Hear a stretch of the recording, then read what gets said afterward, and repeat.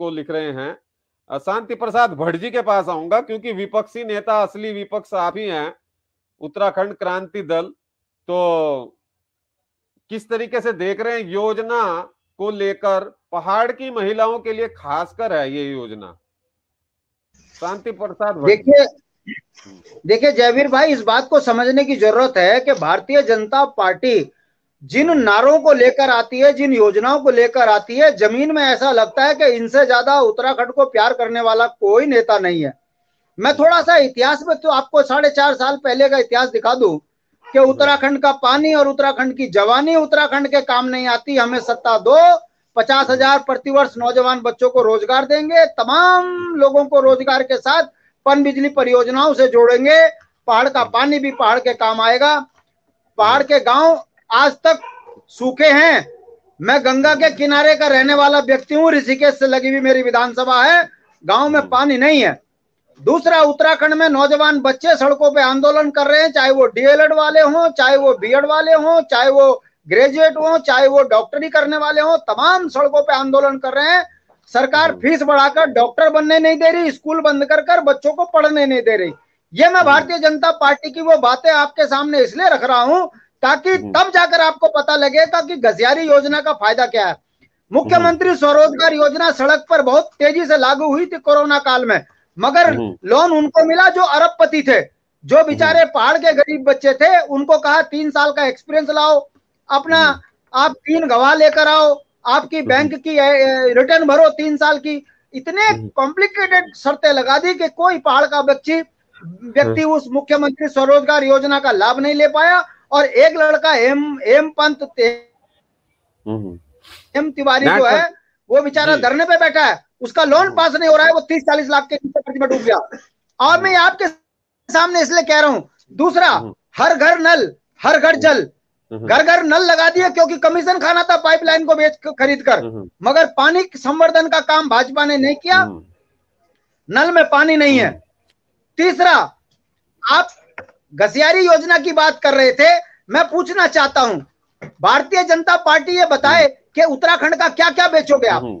आपने देवस्थानम बोर्ड बनाकर हमारी परंपरागत जो पंडे पुरोहित थे उनका भी हक और हकूक छीनकर आपने अडानी अंबानी को जो है केदारनाथ में बैठा दिया, ये कहकर कि देवस्थानम बोर्ड के मेंबर बनाओ, उसके बाद सारा पैसा यहां से लूट के ले जाओ।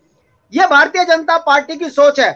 विकास के नाम पे हर घर भांग, घर घर भांग, ये इनकी नीति रही है। अब आ जाइए, चुनाव के समय पर लगभग 55 से 60 लाख महिलाएं उत्तराखंड के अंदर हैं। जिस तरीके से नौजवान बच्चों का इन्होंने लूटा, जिस तरीके से किसानों को 500 रुपए देकर ये कहा कि हमने किसान का सम्मान कर दिया, मगर ये बताने को तैयार नहीं है कि 950 रुपए की गैस का सिलेंडर, 105 रुपए का पेट्रोल, 100 रुपए का डीजल, 250 रुपए का तेल खाने का और 70 से 150 से लेकर 250 रुपए तक दाल इतनी महंगी हो गई, कमर तोड़ महंगाई हो गई। ऐसे में 500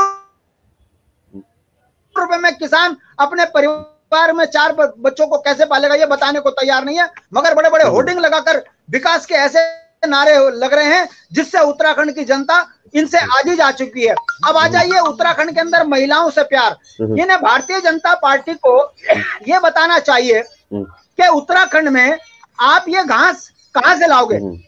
मेरी जमीन में तो घास आपको मिल नहीं सकता क्योंकि मैं किसान हूं, मैं तो दूंगा नहीं। वन अधिनियम के कारण जंगल में आप जा नहीं सकते घास काटने, तो ये घास देंगे कहां से? जयवीर जी नोट कर लेना मेरी बात, बिहार की पुनरावृत्ति उत्तराखंड में भारतीय जनता पार्टी करने जा रही है। लालू ने चारा घोटाला किया और यहां पर भारतीय जनता पार्टी के नेता चुनाव में चारा घोटाला करके उत्तराखंड को लूटने की साजिश करने जा ठीक है रहे हैं। ये मैं चुनौती के साथ कह रहा हूं। जब गांव में गाय है नहीं, गांव में भैंस है नहीं, गांव में नागरिक है नहीं, उत्तराखंड की आर्थिक स्थिति कमर टूट चुकी है, बद्री गाय का दूध मिलना पहाड़ में मुश्किल हो गया है।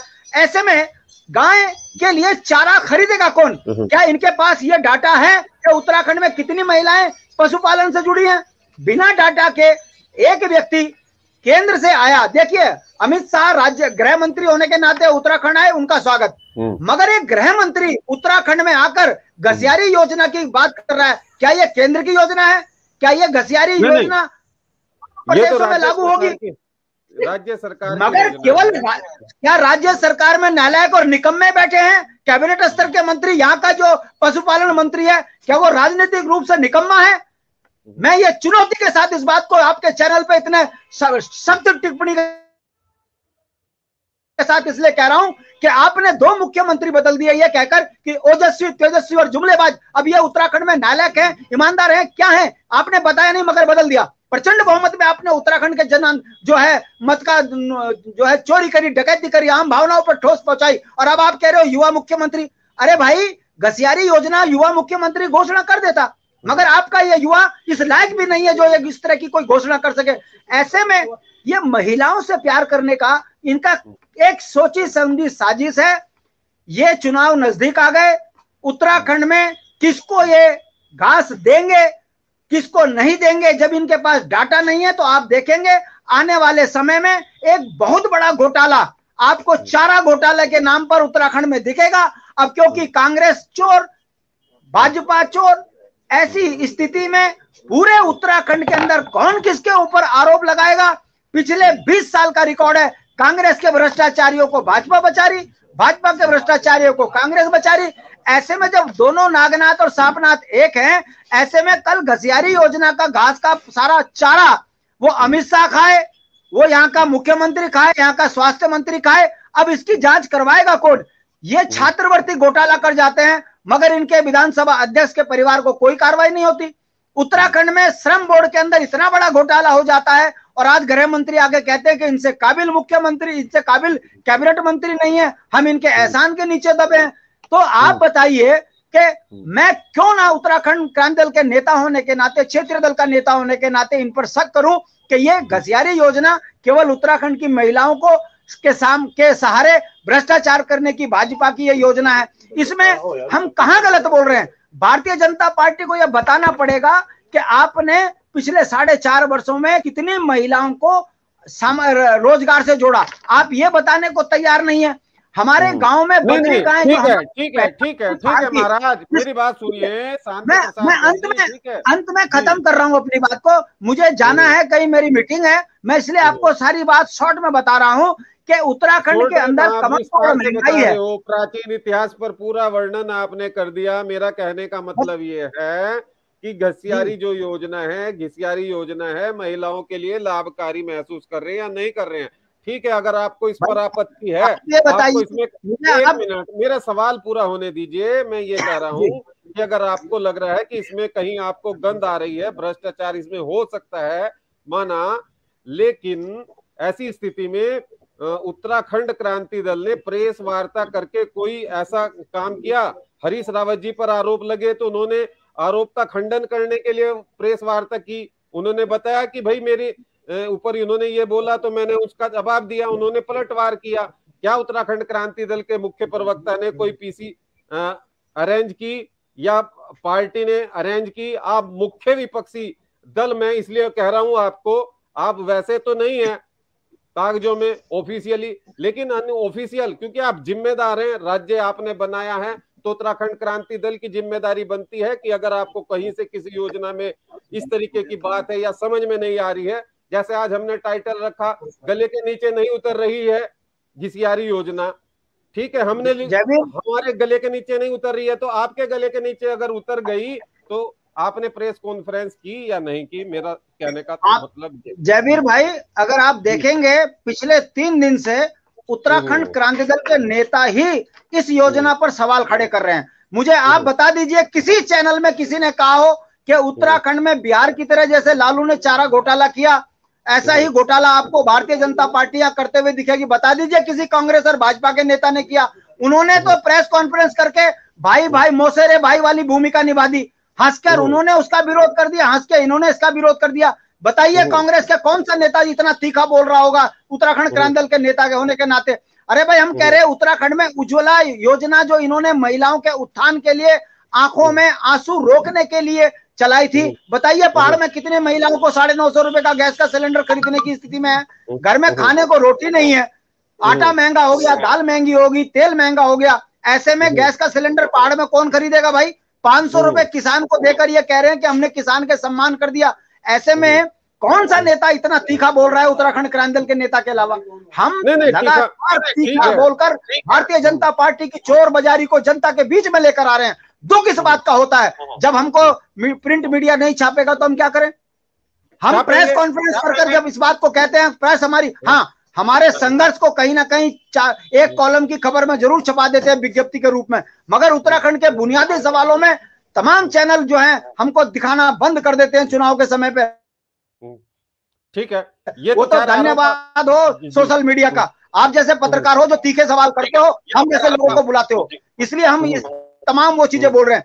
जितने मैंने सवाल खड़े करे हैं, भारतीय जनता पार्टी की उज्ज्वला योजना फेल, स्वरोजगार योजना फेल, नौजवानों को रोजगार देने की योजना फेल, बताइए कौन सी कोई एक योजना बताइए कि भारतीय जनता पार्टी की सफल हुई हो। हाँ, मैं आपको बताता हूं, पानी बेच दिया, जंगल बेच दिया, मंदिर बेच दिए, संसाधन बेच दिए, नौकरियां बेच दी, अब हमारी बची कुची घास थी गांव में बची हुई, ये भी बेच दिए।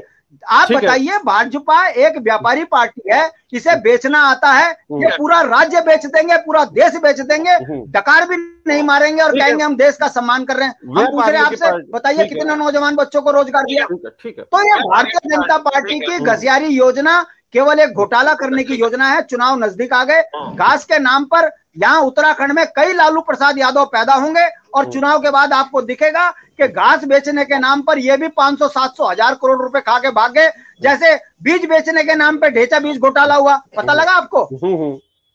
बिल्कुल बिल्कुल। ऊर्जा निगम के अंदर बिजली की लाइनें बिछाने के नाम पर हजारों करोड़ का घोटाला हो गया। मैं मुख्यमंत्री को शिकायत कर रहा हूं, मैं एमडी को शिकायत कर रहा हूं, कार्रवाई नहीं हो रही। चोर क्यों कह रहे हैं कि जांच करके बताओ कि कहां डकैती पड़ी?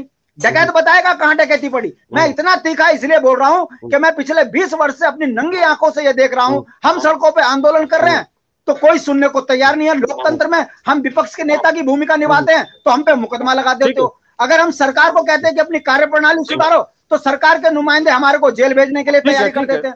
ये कब तक चलेगा भाई? मेरा ये कहना है, अंत में सिर्फ इतना कहूंगा कि ये घसियारी योजना उत्तराखंड के नौजवानों को, महिलाओं को, किसानों को मुंह चिढ़ाने वाली योजना है। सरकार ये बता नहीं रही है कि जब जंगल से घास आप काट नहीं सकते वन अधिनियम के कारण, और मैं किसान हूं, मेरी जमीन से आपको मैं घास काटने नहीं दूंगा, तो ये घास कटेगी कहां से? इसके पीछे का मूल मंत्र है कि 99 साल की लीज अडानी अंबानी को देने की योजना है, क्योंकि पहाड़ के लोग बाहर नौकरियां करते हैं, उनकी खेती खाली पड़ी है, जंगली जानवर वहां आकर आ जाते हैं, इसलिए किसान खेती नहीं करता। अब ये 12 एकड़ एक व्यापारी को जमीन देंगे और हमको कहेंगे दिहाड़ी में काम करो, घास पूरी नहीं मिलेगी तो हमको खाना भी नहीं देंगे। ये हमारी जमीन पर, हमारे ऊपर हमको गुलाम बनाने की साजिश कर रहे हैं। और अगर ये नहीं है तो आज अमित शाह को अपने भाषण में कहना चाहिए था कि इतने लाख हमारी बहनें गांव में पशुपालन करती हैं, हम उनको घास देंगे। अरे खाने को रोटी नहीं है, घास खरीदेगा कौन? मेरी फ्री की घास, अब मैं अपनी वो फ्री की घास खरीदूंगा? तो ये भाजपा की बहुत बड़ी साजिश है, इसे रोकने की जरूरत है। हम आंदोलन करेंगे, इस घसियारी योजना में भारतीय जनता पार्टी को घोटाला करने नहीं देंगे। ये छात्र ठीक है घोटाला कर जाते हैं, रोजगार में घोटाला कर जाते हैं, संसाधन बेचने में घोटाला कर जाते हैं। ये घोटालेबाज सरकार है और हम इस घसियारी योजना का उत्तराखंड में ऐसा प्रचार करेंगे जिससे भारतीय जनता पार्टी का काला चेहरा जनता के बीच में आ सके। ठीक है, धन्यवाद कार्यक्रम में जुड़ने के लिए शांति प्रसाद बड़जी, बहुत बहुत धन्यवाद। आप बिजी हैं थोड़ा सा, तो कोई बात नहीं, आप आराम कीजिए, काम कीजिए। हमारे साथ में राजेश पोलखोल बहुगुणा जी जुड़ चुके हैं, पर्वतवाणी वरिष्ठ पत्रकार हैं, बहुत बहुत स्वागत है आज के कार्यक्रम में जुड़ने के लिए। और रहबार घनसाली फलिंडा मेहरा जी हैं, थपलियाल हरीश जी हैं, घसियारी योजना में बुराई क्या है, उत्तरापंथ बहुगुणा जी लिख रहे हैं योजना केवल उनके लिए लाभदायक है जिनकी आर्थिक स्थिति मजबूत है, सुदृढ़ है। बिरजू मयाल जी हैं, धन सिंह रावत जी, धन बटोरने